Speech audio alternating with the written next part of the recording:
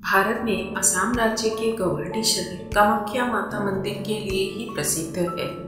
Saraighat bridge के ऊपर से दिखता हुआ ब्रह्मपुत्र नदी, कामाख्या पहाड़ और कामाख्या माता मंदिर दर्शन करने के लिए ही बहुत सारे दर्शनार्थी इस शहर में आते हैं। लेकिन सिर्फ कामाख्या माता मंदिर देखना ही यहाँ का विशेषता नहीं है, यहाँ पर और भी बहुत सारे जगह है जो आप देख सकते हैं। तो चलिए आज चलते हैं ऐसे 3 जगह जो इस जगह की विशेषता और बढ़ाती है। सुनते हैं एक कहानी घूमने से पहले। श्रीराम और लंकेश रावण के साथ युद्ध के समय रावण के छोटे भाई कुंभकर्णा की जरूरत पड़ी तो उनको ढोल नगाड़ा बजाकर नींद से जगाया गया। तरह तरह के पकवान बनाया गया क्योंकि कुंभकर्णा को नींद से उठते ही जोरों की भूख लगती थी। ये सब तो हम रामायण में पढ़ चुके हैं, पर एक बात बहुत कम लोगों को मालूम है। युद्ध में जाने से पहले कुंभकर्णा ने रावण के सामने एक शर्त रखे थे। कुंभकर्णा को पाताल राज की बेटी कराती बहुत पसंद था। कुंभकर्णा उनसे शादी करना चाहते थे। युद्ध में कुंभकर्णा को भेजना जरूरी था, इसलिए रावण ने कुंभकर्णा की शादी राजकुमारी कराती से करवा दिए। शादी के बाद कुंभकर्णा युद्ध में चले गए। युद्ध में उनका मौत हो गया। कुछ दिन बाद कराती ने एक बेटे को जन्म दी। उसका नाम भीमासुर रखा गया। जब वो बड़ा हुआ और उसको पता चला कि श्रीराम ने उसके पिता का वध किए थे, तब उसने ब्रह्मा जी से वर पाने के लिए कठोर तपस्या करने लगे। पितामह ब्रह्मा भीमासुर के तपस्या से संतुष्ट होकर उसको अजय होने का वरदान दिए। एक और वर उसने मांग लिया कि भगवान विष्णु उसका वध नहीं कर सकता। वर पाने के बाद वो अपने ताकत से सबको परेशान करने लगा। भारत के पूर्वी दिशा के राजा थे कामरूपेश्वर। राजा और रानी शिव भक्त थे।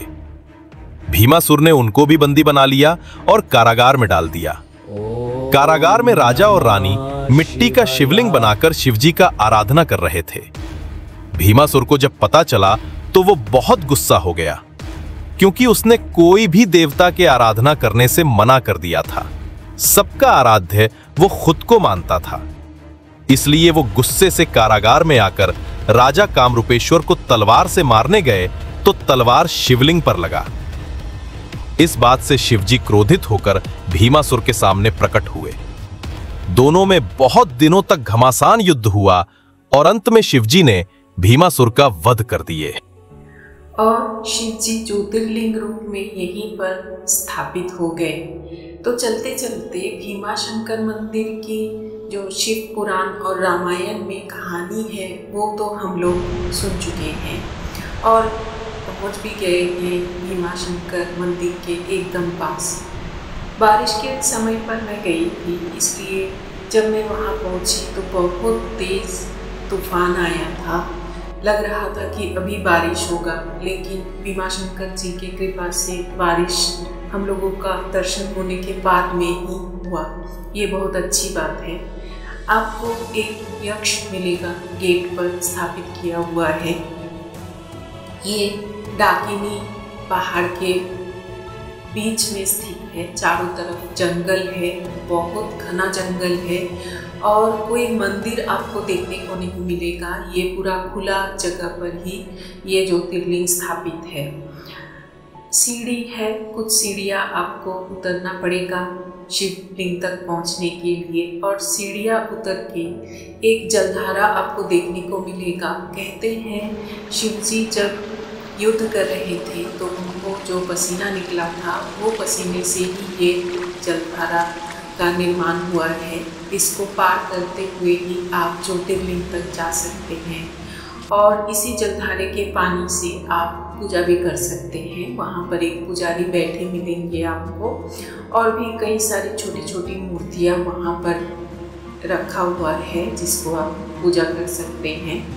ऐसा कोई नियम अनुसार यहाँ पूजा नहीं होता है, लेकिन शिवरात्रि और श्रावण महीने के सोमवार को यहाँ पर बहुत भीड़ रहता है। चारों तरफ के नज़ारे बहुत खूबसूरत थी। ये जलधारा का आवाज़ उसमें और भी अलग एक खूबसूरती ला रहा था। लेकिन बारिश होने की संभावना थी बोल करके हम वहाँ से जल्दी निकल गए। वैसे तो हमने पूजा भी किया और वहाँ पर पूरा नज़ारे का आनंद भी लिया।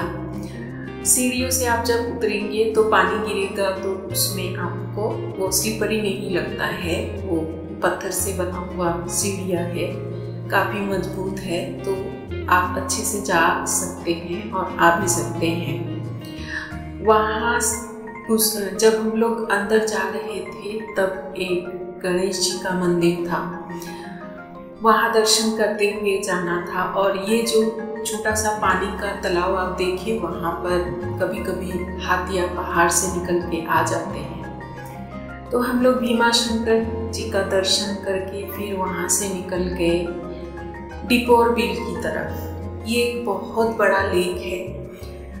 भीमाशंकर से डिपोर बिल की दूरी करीब 20 मिनट की है, ज़्यादा दूर नहीं है। रास्ते में आपको एक रेलवे क्रॉसिंग मिलेगा और रास्ते का नज़ारा बहुत खूबसूरत है। बारिश का समय था तो चारों तरफ हरा भरा पहाड़ें दिख रही थी, जंगल भी दिख रहा था। ये जगह कुछ साल पहले भी जंगल से भरा हुआ था, लेकिन अभी धीरे धीरे यहाँ पर घर बन रहे हैं, कुछ सारी फैक्ट्रियाँ भी है। लेकिन पहाड़ और जंगल इस जगह को बहुत ही सुंदर बनाता है। ये हरा भरा नज़ारा आपको शहरों में नहीं मिलेगा और एयर पोल्यूशन भी इसलिए यहाँ पर बहुत कम है। आप कुछ ताज़ी हवा ले सकते हैं रास्ते में चलते चलते। आपको गाड़ी लेकर के ही इस रास्ते पे जाना होगा, क्योंकि ये रास्ता बस रूट या ऑटो टोटो रूट से थोड़ा दूरी पर है। ये जो लाइन है ये वाकई गाँव तक जाता है। ये रेलवे क्रॉसिंग पार करने के बाद ही थोड़ी दूरी पर ही डिपोर बिल है। एक ट्रेन आ रही थी तो मैंने पिक्चर लेने के लिए थोड़ी देर रुक गई, क्योंकि ट्रेन देखते ही लगता है कि चलते हैं कहीं सफ़र करने के लिए, लेकिन हर समय ऐसा नहीं होता है। मेरी गाड़ी सिग्नल के उस पार थी तो मैंने इस बार आकर इस ट्रेन का भी थोड़ा बहुत वीडियो बना दिया। डिपोर बिल इतना बड़ा लेक है कि ये एक तरफ तो ये भीमाशंकर मंदिर है, दूसरी तरफ एयरपोर्ट है, यहाँ से शिलोंग पहाड़ भी दिखाई देता है और ये मीठा पानी का तालाब है तो बहुत सारी मछलियाँ भी यहाँ पर मिलता है। इसके एक तरफ पहाड़ों से घिरा हुआ है और ये दूसरी तरफ यहाँ पर लोग पिकनिक के लिए आते हैं। अगर ठंड का मौसम रहता है तो यहाँ पर बाहर से माइग्रेटरी बर्ड्स भी आते हैं, जो देखने के लिए ठंड के टाइम में लोग आते हैं, पिकनिक मनाते हैं। पास में एक शिव जी का मंदिर है, वहाँ आप दर्शन कर सकते हैं। नाव में करके आप जा सकते हैं घूमने के लिए, लेकिन उसके लिए आपको पैसा देना पड़ता है। वैसे यहाँ घूमने फिरने के लिए आपको कोई चार्जेस नहीं लगेगा और अगल बगल में छोटे छोटे दुकानें हैं जहाँ पर चाय और छोटे मोटे खाना आपको मिल सकता है। यहाँ पर बहुत सारे पक्षियाँ थी जो मछली का शिकार कर रहा था। जब हम लोग वहाँ से निकल रहे थे तो बारिश आ गया तो इसका सौंदर्य और भी बढ़ गया। मतलब बारिश में डिपोर बिल इतना खूबसूरत लगता है, ये जब आप देखेंगे तो ही आपको पता चलेगा।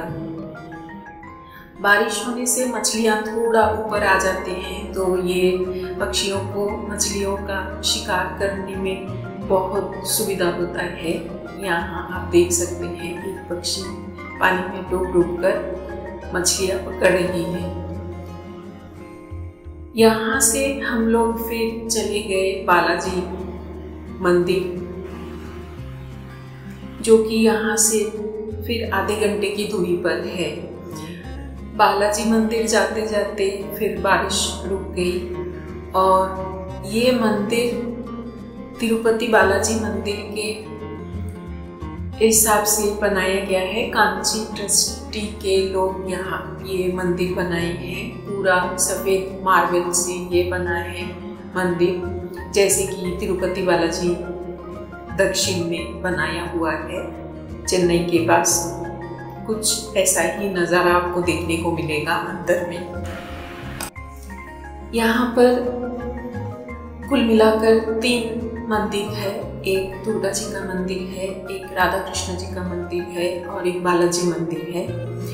बड़ा मंदिर बालाजी का ही है। गेट बहुत बड़ा है और अंदर जाके मंदिर है। मंदिर के अंदर फोटो खींचना मना है, इसलिए बाहर से ही आपको सारी तस्वीरें लेना पड़ेगा।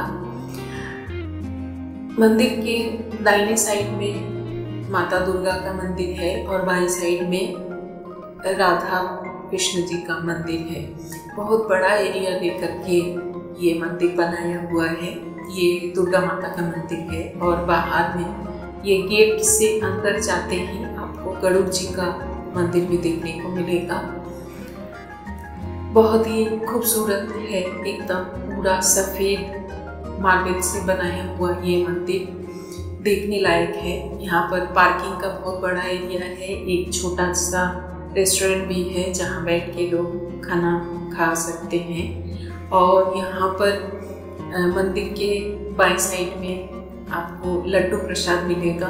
2 बड़े बड़े लड्डू देते हैं ये लोग, वो चार्जेबल है, आपको पैसा देकर वो लेना पड़ेगा। तो यही था हमारा छोटा सा 1 दिन का टूर। आपको अच्छा लगे तो सब्सक्राइब कीजिए।